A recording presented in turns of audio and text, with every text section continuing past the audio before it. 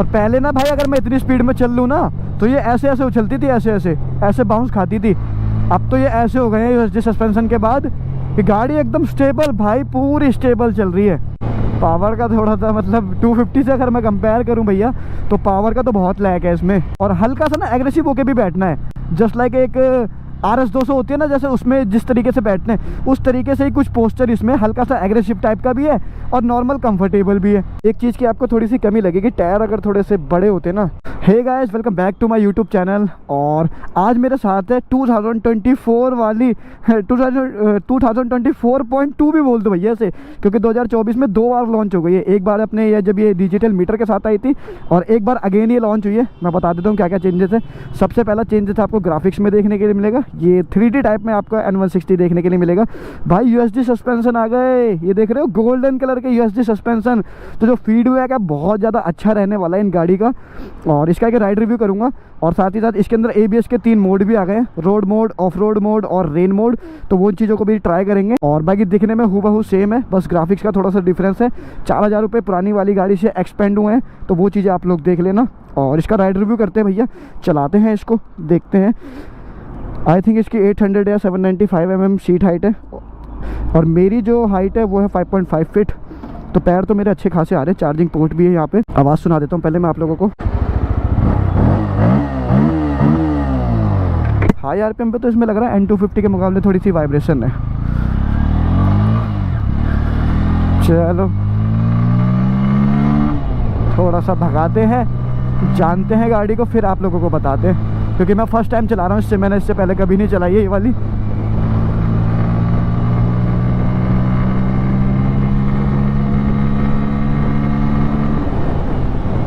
Power का थोड़ा सा मतलब 250 से अगर मैं कंपेयर करूं भैया तो पावर का तो बहुत लैक है इसमें। मतलब 250 से अगर कंपेयर करूं तो वैसे अगर नॉर्मल सिटी कम्यूटिंग के हिसाब से देखा जाए तो ये गाड़ी बेस्ट है। और बहुत कंफर्टेबल तरीके से आप लोगों को बैठना है, और हल्का सा ना एग्रेसिव होके भी बैठना है, जस्ट लाइक एक RS 200 होती है ना, जैसे उसमें जिस तरीके से बैठने उस तरीके से ही कुछ पोस्चर इसमें हल्का सा एग्रेसिव टाइप का भी है और नॉर्मल कंफर्टेबल भी है। वरना अगर नॉर्मल जो एकदम कंफर्टेबल बाइक होती है ना, पूरी एकदम कंफर्ट वाली, उसमें आपको ऐसे बैठना होता है सीधा, पर इसमें थोड़ा सा झुक के बैठना है। डिजिटल मीटर आगे खाली रोड मिलेगा तो थोड़ा सा इसकी टॉप एंड भी मार दूंगा, क्योंकि इसका टॉप एंड ज़्यादा है नहीं। पावर तो अच्छी खासी देखना, चौथा गियर है भैया। ओ तेरी, और ये देखो 1-2000 RPM पे ही। और इंजन की अगर मैं बात करूं तो भैया ज़्यादा इसका इंजन है, 159 cc का है, और एयर कूल्ड इंजन है इसका। 15.6 की bhp और 14.5 का NM है। तो ठीक है यार इस पर्पज़ के हिसाब से, जिसका क्योंकि गाड़ी का पर्पस ही भैया वही है। दिल्ली में भैया देखो ट्रैफिक का तो आप अंदाज़ा लगा लो कितना होता है। दोपहर के 2-3 बज रहे हैं, लोग अभी भी भाई इतना ट्रैफिक है। सुबह तो समझ आता है लोग जॉब पे जाते हैं, शाम का समझ आता है लोग जॉब से आते हैं, पर यहाँ तो ऐसा। और मैं जानबूझ के ना, मेरी एक आदत है मेरा ना भाई, सिटी में देखो राइड रिव्यू करने का एक फ़ायदा ये हो जाता है कि मैं सारे कंडीशन में अप्लाई हो जाता हूँ। पता चल जाता है कि वाइब्रेशन कैसी है, हीटिंग इशू कितना है। अभी तक तो ऐसा कोई हीटिंग, देखो अभी स्टार्ट हो गई, अभी लास्ट टाइम उसमें गियर में स्टार्ट नहीं हुई थी। हो जाता है कई बार क्लच अगर थोड़ा सा एडजस्टमेंट आउट हो जाती है तो। और बाकी कॉकपिट बहुत अच्छा है। एक चीज़ की आपको थोड़ी सी कमी लगेगी, टायर अगर थोड़े से बड़े होते ना, वैसे इस पावर के हिसाब से ठीक भी है, बट लीन वीन हार्श नहीं चला सकते। अभी मैं थोड़ा सा वो करूँगा ना, खाली रोड पे भगाऊंगा तो वहाँ पे देखूंगा मैं कि टायरों का फीडबैक कैसा है, क्योंकि मेरी मेन प्रेफरेंस है भैया इसके सस्पेंशन।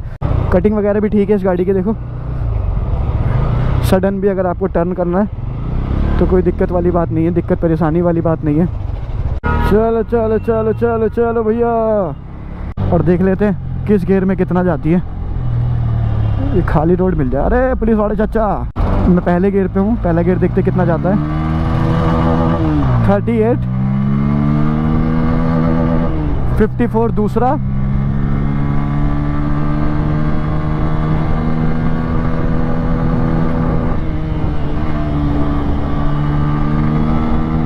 86, 85 तीसरा, चौथा कितना जाता है। हाँ चला जा चला जा, चलो। अब देखो अगर मैं कट वगैरह मारूँ ना, बहुत सही।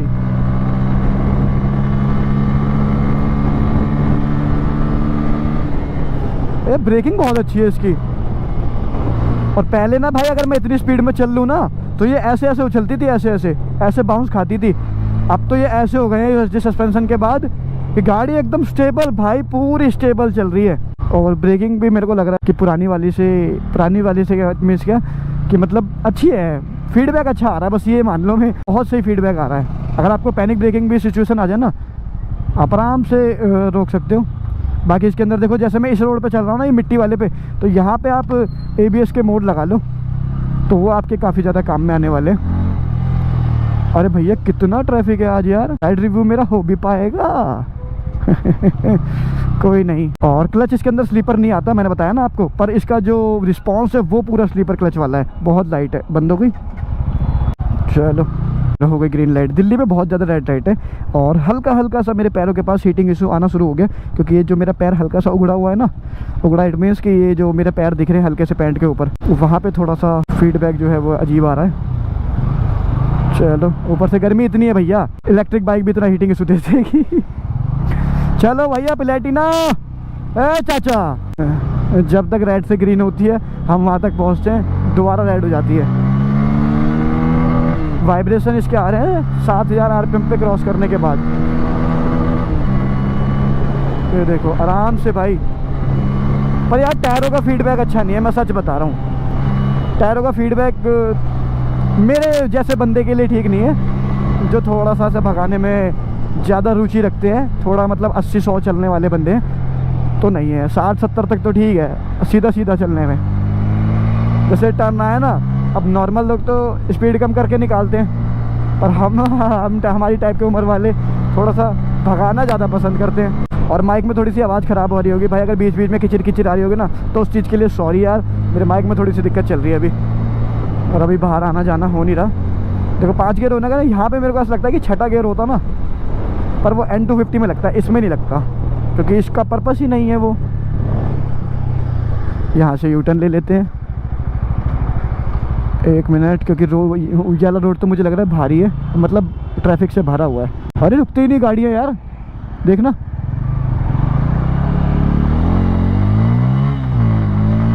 चलो, और मुझे बहुत अच्छा फीडबैक आ रहा है भाई चलाने में। अगर आप लोग लोगे ना इसको, आप लोगों का भी मन खुश हो जाएगा, क्योंकि कंफर्टेबल बहुत है। इसकी सीट की जो कुशनिंग है ना, क्योंकि मैं तो भाई ड्यूक चलाता हूँ, उसकी सीट कुशनिंग इतनी खास है नहीं। इसकी भाई सीट पे बैठा ना मैं, तो ऐसा लग रहा है भाई कितनी मक्खन मलाई वाली सीट है इसकी। और इवन इसकी पीछे वाली ब्रेकिंग का भी रिस्पॉन्स काफ़ी अच्छा है। ये देखो, मतलब लग रहा है कि गाड़ी पे ना मैं अगर कमी निकालने पे ना उस गाड़ी में भाई, इसमें कोई कमी नहीं निकलेगी। N250 में तो चलो एक बार के निकल जाती है कि उसके अंदर 6 स्पीड का गियर बॉक्स नहीं है, इसके अंदर भाई कोई कमी नहीं निकलेगी। अगर मैं टायर कोई कमी निकालता हूँ तो टायर में भी इसका फीडबैक यही आता है कि गाड़ी का पावर छोटी है, इंजन छोटा है, पावर कम है, तो वो चीज़ें वहाँ पे कवर अप हो जाती है। और इस गाड़ी का पर्पस भी नहीं है वो, और इस गाड़ी की आवाज़ बहुत अच्छी है। ओह, सडन ब्रेकिंग, छाँव में रोकेंगे। और इस गाड़ी के अंदर एक चीज़ बहुत अच्छी है कि इसके अंदर आपको ना USB चार्जिंग पोर्ट मिल जाता है, ये वाला, ये देखो ये वाला। तो छोटी मोटी एक्सेसरीज आप यहाँ से चार्ज कर सकते हो। साथ ही साथ यहाँ पे बटन्स की जो क्वालिटी है वो बहुत क्वालिटी कह रहा हूँ, अच्छी इंप्रूव कर रखी है। सिंगल हॉर्न, ब्लूटूथ कनेक्टिविटी भी, अगर जैसे मैं फ़ोन कनेक्ट कर लूँ ना तो यहीं से पिकअप एंड डिक्लाइन भी कर सकता हूँ, कॉल को काट भी सकता हूँ, उठा भी सकता हूँ। तो ये सारी चीज़ें हैं भैया। यानी कि दिखने में तो ये पूरी N250 जैसे, जब मैं चला रहा हूँ तो मुझे छोटी सी लग रही है। N250 फिर भी थोड़ी बल्कि लगती है, पता नहीं ऐसा क्या।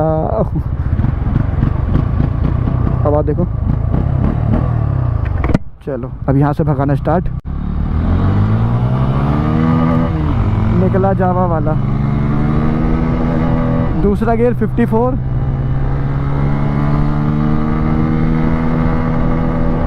तीसरा गियर 85, चौथा गियर कितना जा रहा है इसका 107, पांचवा गियर कितना है,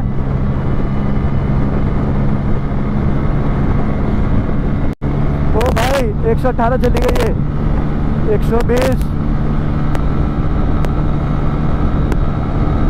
121, 122, 23। अब इससे ज़्यादा भाई मौका नहीं मिलेगा, नहीं तो मैं भगा देता। 122, 23 गई है।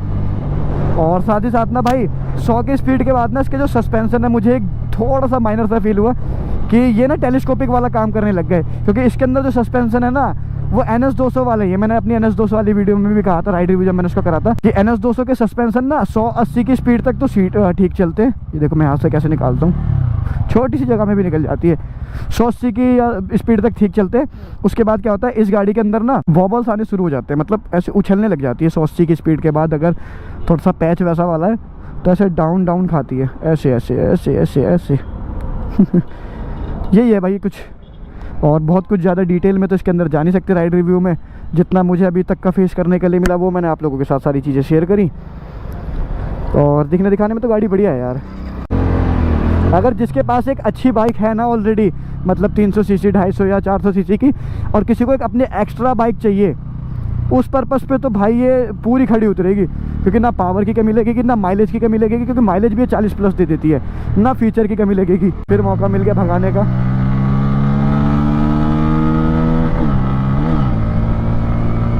चलो क्लच बहुत ज़्यादा लाइट है,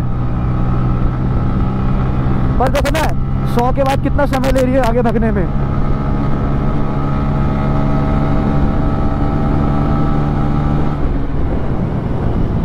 सौ के बाद का तो डिस्टेंस ऐसा है भाई कि बहुत ज़्यादा लंबा स्ट्रेच चाहिए इसको, और 100 जाने में भी एक अच्छा खासा सर्टेन टाइम लेती है ये। और बैलेंसिंग देखोगे गाड़ी की, देखो